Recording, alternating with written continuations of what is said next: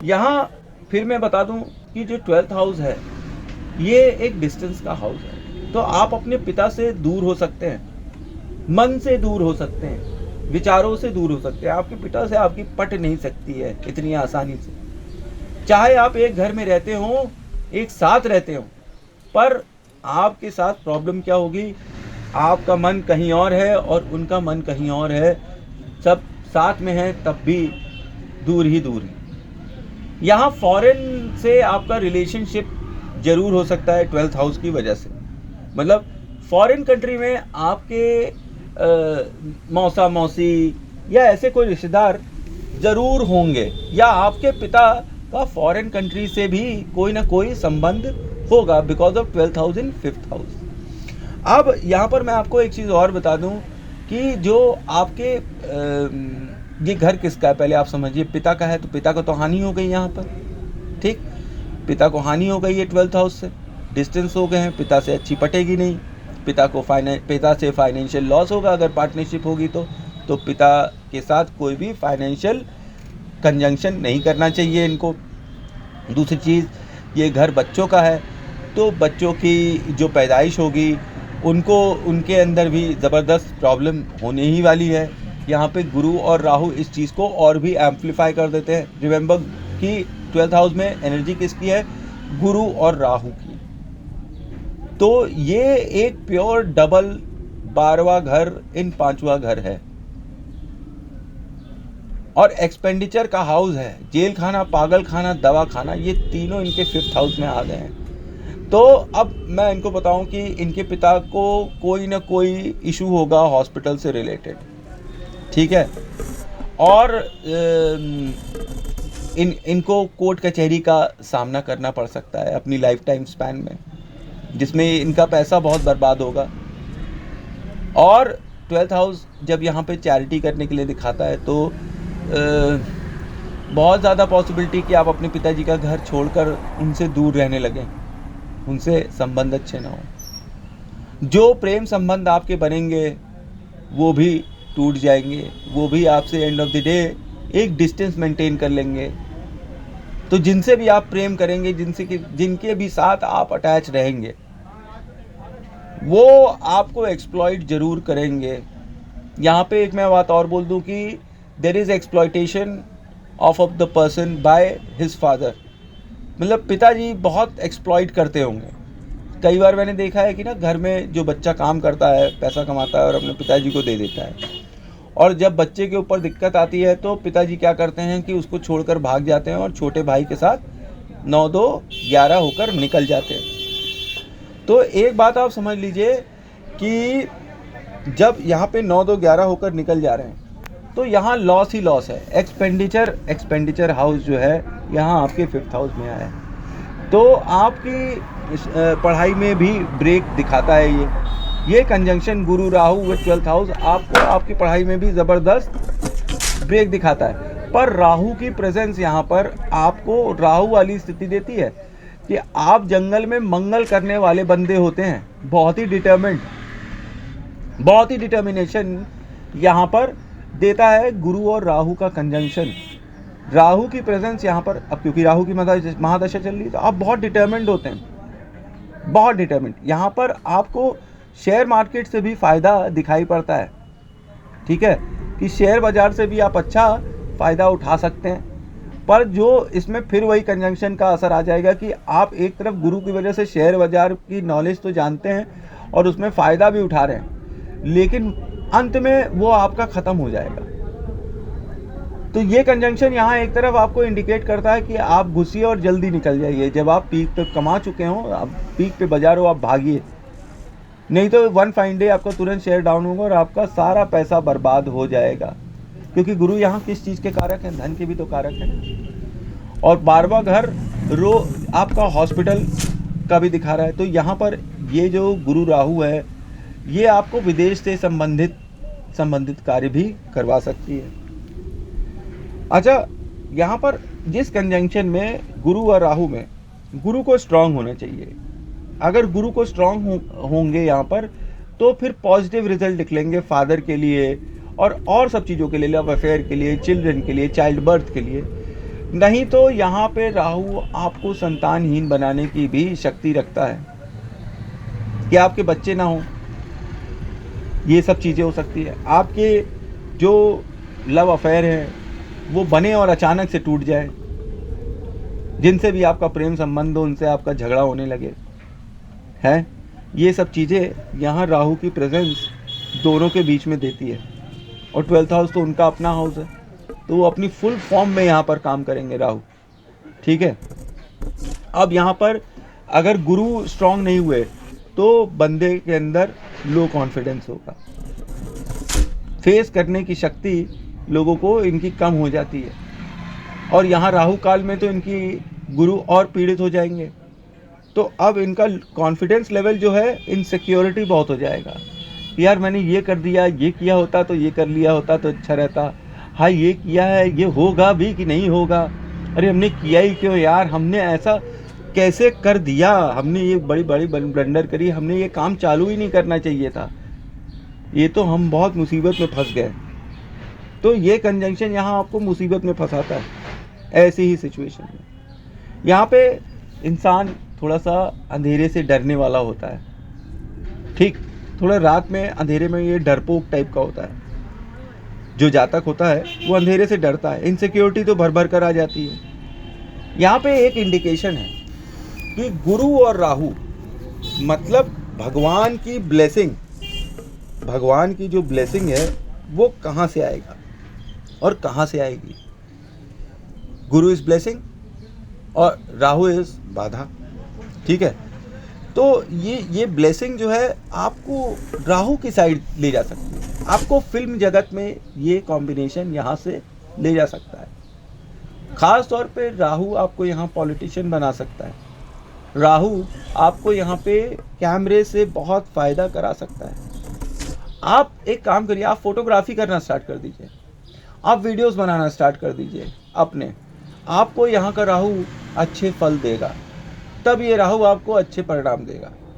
अगर आप photography, camera, क्योंकि इन सब चीज़ों से यहाँ पे आपको लाभ होने लगेगा।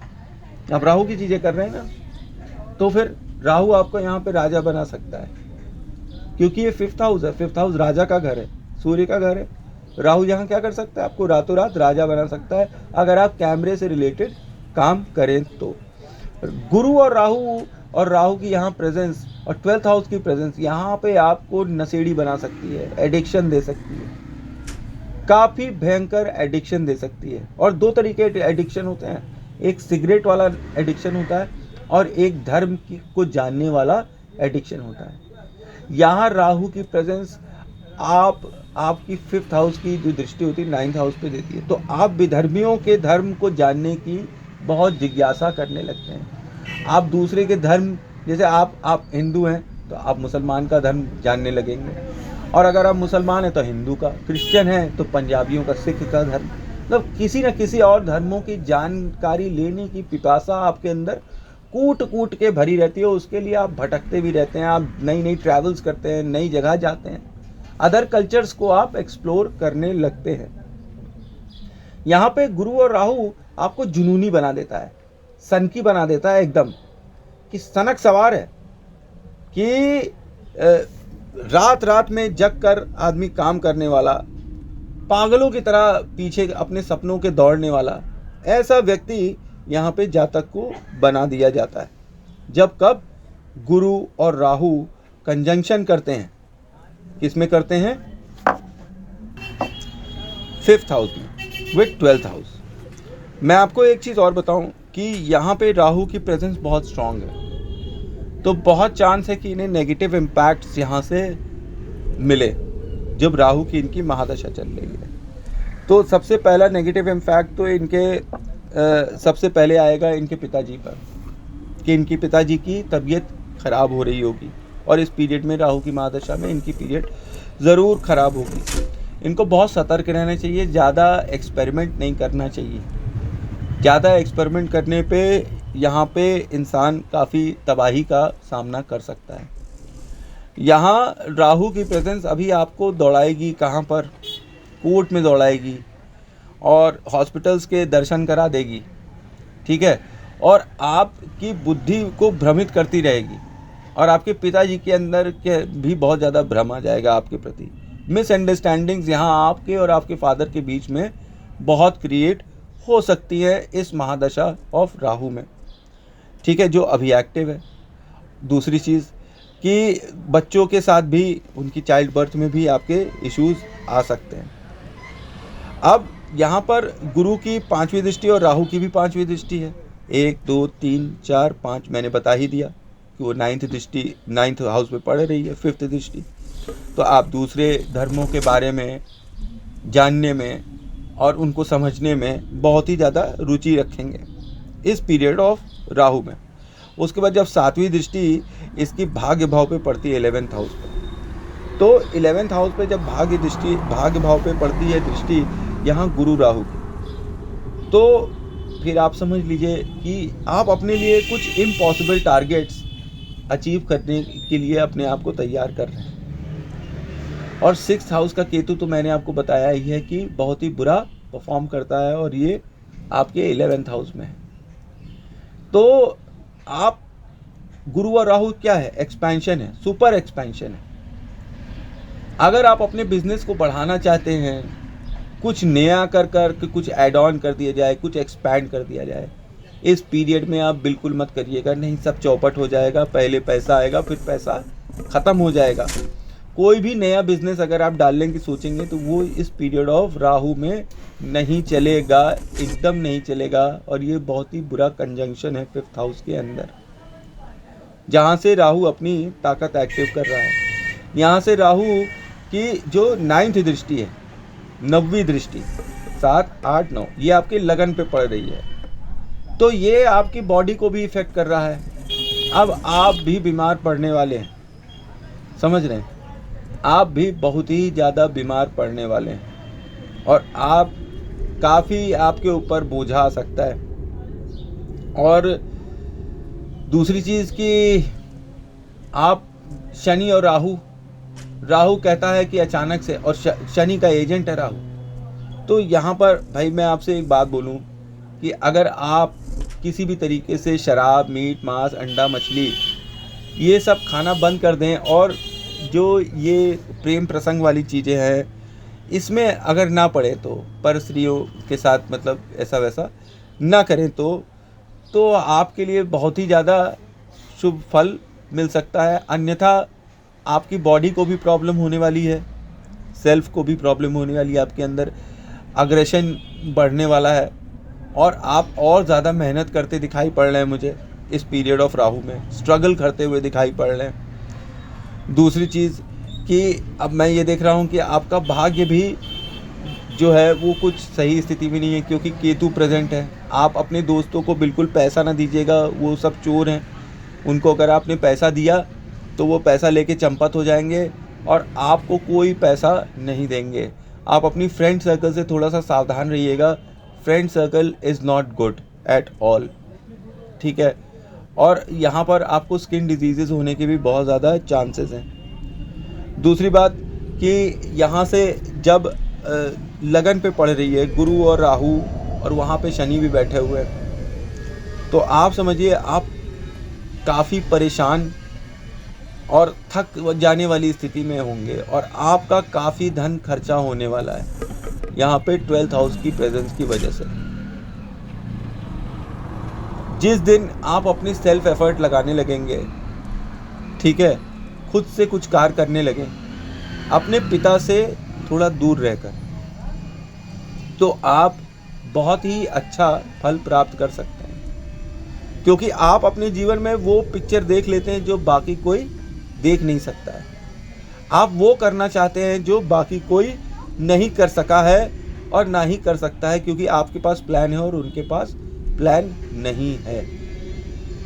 आप किसी भी हद तक जाते हैं कोई भी काम करने के लिए, कोई भी नया बिजनेस एस्टैब्लिश करने के लिए, पर वहाँ पर आपको सफलता शुरुआत में तो मिलती है पर बाद में ख़त्म हो जाती है।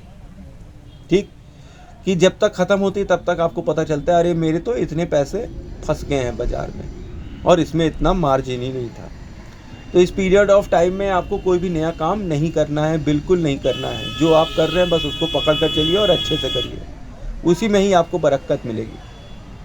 अब यहाँ से हम आते हैं 6th हाउस में। 6th हाउस में हम देखते हैं नंबर 1 लिखा हुआ है और चंद्रमा और मंगल भी बैठे हुए हैं। अब देखिए ऐसे तो होता तो मैं कहता रूपक महायोग बन गया है 6th हाउस में। अब 6th हाउस का मंगल आपको डिवोर्स देगा, आपकी फैमिली लाइफ में, मैरिड लाइफ में बहुत ही ज़्यादा दिक्कतें देगा। बहुत ज़्यादा चांस है कि आपके इस जीवन काल में 1-2 चीज़ें आपके साथ हो जाएं कि आपका डिवोर्स हो जाए, आपकी पत्नी से आपको दूर रहना पड़े। दूसरी चीज़ कि आपकी माताजी जो हों वो आपके हिस्से का पैसा आपके छोटे भाई को दे दें या आपके परिवार वाले छोटे भाई को हिस्सा दे दें। और आपकी माता जी के नाम पर आप कभी कोई प्रॉपर्टी नहीं खरीदिएगा, क्योंकि अगर आपने प्रॉपर्टी खरीदी तो वो और भाई बहनों में भी उसको बांट देगी। आप अपनी माँ के लिए कितना भी कलेजा काट लें, उनकी सेवा कर चुके हों, क्योंकि माँ को यहाँ पे हानि दिखाई पड़ रही है, तो माँ को कोई भीषण बीमारी हुई हो जिसके अंदर आपने 1-2 साल उनकी सेवा भी करी हो, बहुत सेवा करी हो, आप अपनी मदर से बहुत अटैच हैं, तो आपने सेवा भी करी हो, लेकिन आपको उसका कोई फल नहीं मिलेगा। माँ कभी आपका शुक्रिया अदा यहाँ पर नहीं करने वाली है। अपनी माता जी से आपको बहुत सावधान रहना चाहिए, ख़ास तौर पे प्रॉपर्टी के मामले में, कि प्रॉपर्टी का कोई मामला हो जिसमें उनका नाम हो तो भाई आप ध्यान रखिए, आपको वो बिल्कुल फेवर नहीं करेंगी। आपका कमाया धन वो आपके भाई बहनों को बांट सकती हैं। दूसरी चीज़ डिवोर्स तो मैंने बता ही दिया है। तीसरी चीज़ हॉस्पिटल आप जाने वाले हैं, सर्जरी आपकी होने वाली है, ठीक। 6th हाउस को देखते हुए 6th हाउस बहुत बुरी पोजीशन में है। आप मेंटली बहुत परेशान हो सकते हैं, मेंटली, और हॉस्पिटल वगैरह की वजह से बहुत परेशान हो सकते हैं। हेल्थ इश्यूज़ आपको ज़बरदस्त आ सकते हैं, आपकी माता जी की सर्जरी तक हो सकती है, ठीक है। अब यहाँ से हम आगे चलते हैं, आपकी भी सर्जरी हो सकती है, बहुत ज़्यादा चांस है, ठीक। आपको इंटेस्टाइन की प्रॉब्लम होगी, पेट की प्रॉब्लम होगी, हाजमे की प्रॉब्लम होगी, कि हाजमे में आपको इंटेस्टाइन, आपका गॉल ब्लैडर का ऑपरेशन हो सकता है, और आपको अगर आपने नहीं संभाला तो ब्रेन स्ट्रोक जैसी प्रॉब्लम्स भी आ सकती हैं आपको। ये बात आप समझ लीजिए कि ये काफ़ी भीषण बीमारियां आपका इंतज़ार कर रही हैं इस राहु की महादशा में। एक तरफ बनता काम बिगड़ जाए और दूसरी तरफ रोग भी आ जाए, ऋण भी हो जाए और शत्रु भी आ जाए। तो इस पीरियड ऑफ टाइम में भाई आप समझिए, आपकी कुंडली बोलती है कि मेंटली आप बहुत ही ज़्यादा अपसेट रहेंगे, मेंटल पीस आपकी हमेशा डिस्टर्ब रहेगी। पर दूसरी तरफ मंगल की प्रेजेंस आपके रोग, ऋण, शत्रु इनको हराने की ताकत रखती है। अब जब 12th हाउस में हम देखते हैं तो 7th हाउस लिखा हुआ है, 7th हाउस लिखा हुआ है। 7th हाउस का यहाँ पे क्या मतलब है? ये 7th हाउस आपका स्पाउस जो है आपके जन्म स्थान के बाहर का होगा, मतलब आपकी शादी आपके जन्म स्थान के बाहर की होगी। जो आपकी शादी हुई है वो कलकत्ता के बाहर की होगी, आपने कलकत्ता में जन्म लिया है तो कलकत्ता के बाहर की आपकी मैरिज लाइफ मतलब स्पाउस होगी, वो कहीं दूर से आएगी, लंबी डिस्टेंस ट्रैवल करते हुए, आस पड़ोस की नहीं होगी, ठीक है। अब आस पड़ोस की नहीं होगी, लेकिन आपकी शादी में विवाद 110% होता ही रहेगा। क्यों? छठवें घर का मंगल बैठकर देख रहा है आपके 12th हाउस को, तो आपको डिस्टेंस क्रिएट कर देता है। एक ऐसी सिचुएशन भी हो सकती है कि आपकी वाइफ कहीं काम कर रही है और आप कहीं और काम कर रहे हैं, अलग अलग जॉब्स में हैं। अब शादी हो गई है, एक शहर में है और एक दूसरे शहर में है, तो शहरों का अंतर आ सकता है, ठीक है। और आपकी शादी जो है कहीं विदेश में हो सकती है, ठीक, किसी विदेशी से हो सकती है, आपके जन्म स्थान की नहीं। अब ये पॉसिबिलिटी है कि कंट्री भी हो सकता है, कंट्री भी बदल सकती है कि बाहर कहीं शादी कर लिया आपने, ठीक। दूसरी चीज़ कि यहाँ पर जब हम देखते हैं कि जब 7th हाउस यहाँ पर 6th हाउस में देखता है 12th हाउस में बैठकर, तो किसी न किसी वजह से, बेवजह से आपका जो होता है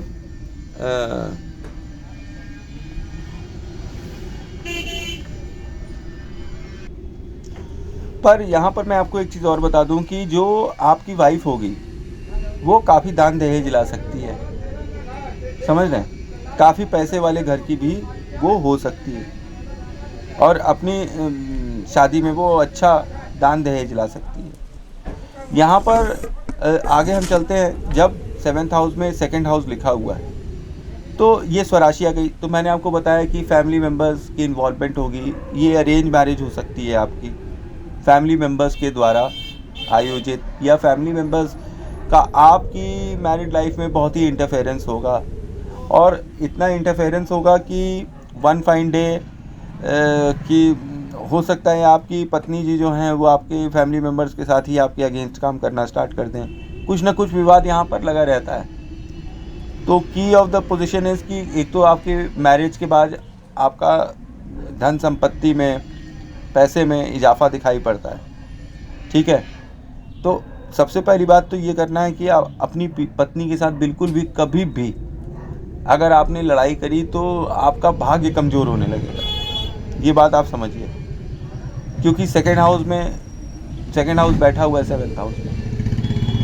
तो यहाँ पर ये आपको फिक्स्ड असेट से पैसा देना स्टार्ट करवा देता है कि जैसे किराए का पैसा हुआ, ये सब पैसा आपको यहाँ से मिलने लगता है। आपके पास ज़मीन जायदाद की अच्छी संभावना है और आप अपने जीवन काल में ये बना भी लेंगे। फिर आगे हम आते हैं 8th हाउस में। 8th हाउस में हम देखते हैं 3rd हाउस लिखा हुआ है।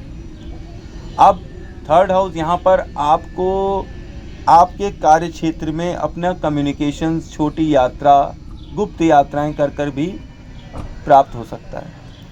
मतलब आप छोटी छोटी गुप्त यात्राएं कर रहे हैं, छुप कर यात्राएं कर रहे हैं, ऐसी सीधे जगह जा रहे हैं छुप छुप के कि जो आप बता नहीं रहे, और वहाँ पर आप जो है कुछ इलीगली या अनलॉफुल काम ज़रूर कर रहे हैं, क्योंकि 3rd हाउस बुध का हाउस है और 3rd हाउस जो है उसके अंदर शुक्र और 10th हाउस बैठा हुआ है और ये 8th हाउस में आकर बैठे हुए हैं ससुराल के घर में। तो ऐसी बहुत पॉसिबिलिटी है कि आप कुछ ऐसा उल्टा सुल्टा काम कर रहे हो जिसकी वजह से आपके ससुराल के साथ आपके संबंध कुछ अच्छे नहीं हो सकते। आप अपने क्या कहते हैं झूठ या कुछ मतलब साम दाम दंड भेद कर आप अपनी इच्छा पूरी करवाना चाहते हैं। जो आपके मन की इच्छा है वो आप छुप छुप कर भी कर सकते हैं। छुप छुप कर संवाद करना, जैसे आप किसी के साथ छुप छुप कर बात भी कर सकते हैं, ठीक। और ये जो है ये थोड़ा सा एक नेगेटिव कॉम्बिनेशन भी मैं बताता हूँ, क्योंकि यहाँ पे बुध जो है बहुत बेईमान बन जाता है। तो ये आपकी कैरेक्टरिस्टिक्स में थोड़ी बेईमानी टाइप की ले आ देता है, लालचीपन ले आ देता है कि आपको थोड़ा लालची बना देता है। अब हम जल्दी से आगे चलते हैं 9th हाउस में। 9th हाउस में 4th हाउस लिखा हुआ है। 4th हाउस मतलब कि आपका मदरलैंड हो गया। तो आपके मदरलैंड से आपको धन प्राप्ति के यहाँ पे अच्छे योग हैं। इसका सिंपल सा मतलब है कि 4th हाउस क्या है, ज़मीन का लाभ है। तो आपको ज़मीन के काम करने से अच्छा लाभ मिलेगा और अपने एंसेस्टर्स से अच्छी ज़मीन जायदाद भी मिल सकती है, पिता से, फैमिली मेम्बर्स की, ये सब चीज़ों से आपको अच्छी ज़मीन जायदाद का सुख यहाँ से प्राप्त होता है। बेसिकली यहाँ पे चंद्रमा गुरु के साथ बैठा है तो गज केसरी योग बना रहा है। आपका जो पेरेंटल हाउस है मतलब माता पिता, वो बहुत अच्छे आदमी हैं और बहुत ही रेप्यूटेड आदमी हैं, ठीक। तो वहाँ की ब्लेसिंग्स आपके सिर पर हमेशा मतलब आ रही है। अब मैं आपको एक चीज़ और बता दूँ कि हो सकता है कि आप अपने दादाजी के बनाए हुए घर में रह रहे हो, बिकॉज मैं यहाँ देखता हूँ गुरु राहु की युति हो रही है ना वहाँ पे 5th हाउस में, और ये यहाँ सामने 4th हाउस घर को देख रहा है। तो आप अपने दादा के बनाए हुए घर में भी रह सकते हैं कि जो आपका घर है, निवास स्थान, वो आपके पिता का ना होकर आपके दादाजी का घर हो, उनकी ब्लेसिंग से वो घर आपको मिल रहा हो, क्योंकि आपके दादाजी की ब्लेसिंग्स आपके सिर पर हमेशा से बनी हुई है। अगर आपके दादाजी जीवित हों तो आप उनका हमेशा आशीर्वाद दें, उनके साथ संबंध अच्छे रखिए, तो आपकी दिन दूनी रात चौगनी बरकत होगी।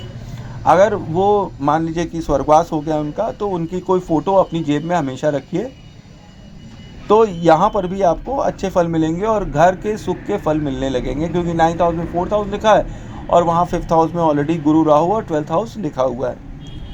तो अब यहाँ पर जल्दी से आ जाते हैं कि 10th हाउस प्रोफेशन का हाउस है, यहाँ पे 5th हाउस लिखा है और ये पिता का घर है, और यहाँ गुरु राहु और 12th हाउस लिखा हुआ है। तो 5th हाउस तो बहुत ही अफ्लिक्टेड है, आपका बिजनेस बहुत ही अफ्लिक्टेड रहेगा। पापा का करा हुआ बिजनेस कर रहे होंगे, जो आपके पापा करते हैं वही आप आगे कंटिन्यू कर रहे होंगे, और इसके लिए आपको काफ़ी लंबी लंबी ट्रैवल्स भी करनी पड़ रही होगी, और आप एक से ज़्यादा काम भी कर सकते हैं। आप मार्केटिंग की लाइन में फिर जा सकते हैं, मैं बोल रहा हूँ, आप टीचिंग की लाइन में भी जा सकते हैं, ठीक है, क्योंकि 5th हाउस पिता है। आप शासन से संबंधित भी हो सकते हैं, गवर्नमेंट रिलेटेड काम भी कर सकते हैं, क्योंकि 5th हाउस सूर्य का घर है, ठीक है। आप गवर्नमेंट जॉब भी कर सकते हैं, अगर जॉब भी कर रहे हैं तो गवर्नमेंट जॉब कर रहे हैं। और यहाँ पर एक मैं आपको और चीज़ बता दूँ कि हो सकता है आपने गवर्नमेंट जॉब करी हो और उसके बाद आपकी छूट गई हो। ऐसा भी होता है कि आप किसी जगह सेलेक्ट हो गए हो और फिर आपने किसी वजह से उस जगह को छोड़ दिया हो। ऐसी भी पॉसिबिलिटी यहाँ पे 5th house and 10th house देने लगता है। तो 5th हाउस से रिलेटेड आप काम कर सकते हैं, शेयर्स एंड डिबेंचर्स का काम कर सकते हैं, और आप अगर मान लीजिए ये क्या कहते हैं उसका काम करते हैं रेस्टोरेंट का, तो भी आपके लिए अच्छा साबित होगा। पर मेरी सजेशन तो ये है कि जो कर रहे हैं बस उसको करिए। ये पीरियड आपका राहु का महादशा चल रहा है, अच्छा नहीं है, और ये बहुत ही ज़्यादा इम्पैक्ट करेगा। आप कोई एक बिज़नेस एक्सपैंड करने की सोच रहे हैं, जो आपका ऑलरेडी एक बिज़नेस है, उसके अलावा भी आप कुछ और डालना चाहते हैं, कुछ नया कर लें, कुछ और बढ़ा लें, बढ़ाने की इच्छा रख रहे हैं, ये इच्छा मत करिए, मुसीबत में फंस जाएंगे, सब पैसा डूब जाएगा। ओके, अब हम 11th हाउस में आते हैं, जहाँ पे 6th हाउस का केतु लिखा है, राम बचाए 6th हाउस का केतु। भैया ये 6th हाउस का केतु मुझे बहुत ख़राब लगता है, ये हमेशा आपको रोगी बना देता है, आपके संबंधों में दरार डाल देता है। आपके जो दोस्त होते हैं वो आपका काट लेते हैं और पैसा लेके निकल जाते हैं। इनको कोई पैसा मत दीजिएगा, जो भी आपके दोस्त हैं, चाहे वो मर रहे हों, चाहे उनको कैंसर हो गया हो, चाहे कुछ हो गया हो, दूर रखिएगा उनको। हाथ पैर जोड़िए, दुआ सलाम करिए, पैसे की कोई दोस्ती नहीं होनी चाहिए, नहीं वो आपका भाग्य खा जाएंगे। उनके ऊपर भरोसा करके उनके साथ कोई पार्टनरशिप मत करिएगा, नहीं सारे पैसे डूब जाएंगे। शेयर्स का पैसा अगर उनके थ्रू इन्वेस्ट हुआ है तो बहुत ज़्यादा चांस है कि पैसा डूब जाएगा, ठीक, ये मैंने यहाँ पे आपको बता दिया।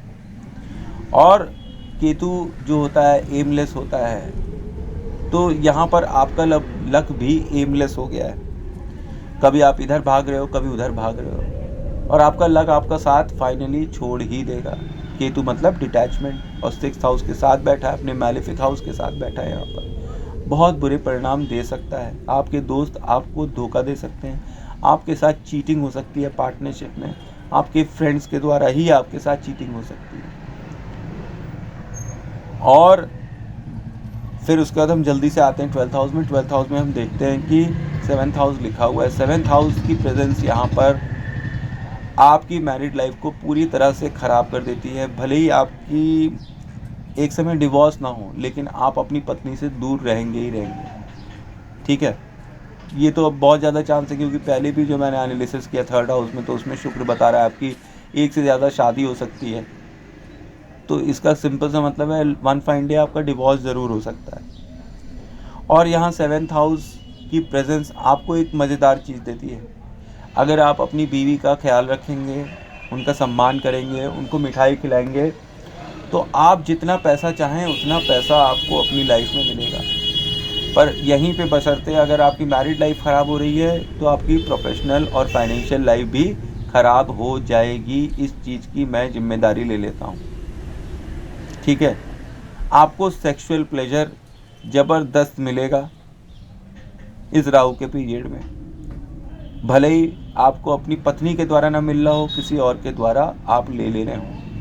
मतलब यहाँ 7th हाउस की प्रेजेंस आपको कुछ पेड सेक्स जैसा काम करवा देती है, कि आप अपनी सेक्सुअल एक्टिविटीज़ के लिए पैसा देते दिखाई पड़ते हैं इस राहु की महादशा में। ठीक है, अब जब राहु की महादशा तो ठीक है, तो इसकी जब 9th दृष्टि लगन पे पड़ती है तो आप समझिए वहाँ फिर से द्वंद्व हो जाता है।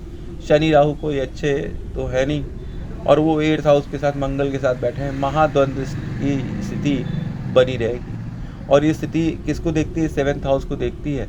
तो मैरिड लाइफ में आपके महाद्वंद्व होने वाला है कमिंग टाइम ऑफ पीरियड्स में। कोई नया काम ना करिए, मैरिड लाइफ को बचाइए, पार्टनर का सम्मान करिए, ध्यान से सुनिए वो क्या कह रहे हैं। और फिर भी नहीं समझ में आ रहा हो तो कमेंट करके बताइए कि हमने अपनी तरफ से सही कोशिश कर रहे हैं पर उन कोशिशों का कोई फल नहीं मिल रहा है। ठीक है, बिजनेस कोई नया नहीं करना है। आपने पूछा था ना क्या करें कि तरक्की हो, ये कोई पीरियड ही नहीं है आपका जिसमें आप कुछ नया बिजनेस पकड़ सकें। करना है तो फिर फोटोग्राफी का काम करिए, कैमरे का काम करिए, इसके अलावा कोई चीज़ में हाथ मत डालिए। तो ये था मेरा सूक्ष्म विश्लेषण। Thanks for watching. जय माँ काली, जय माँ तारा, आप सबका भला हो। आई होप मिस्टर कैलकाटा आपका मंतव्य पूरा हुआ होगा। और आपको कुछ और न समझ में आए तो आप बता दीजिएगा, मैं उसको भी आपको बता दूँगा।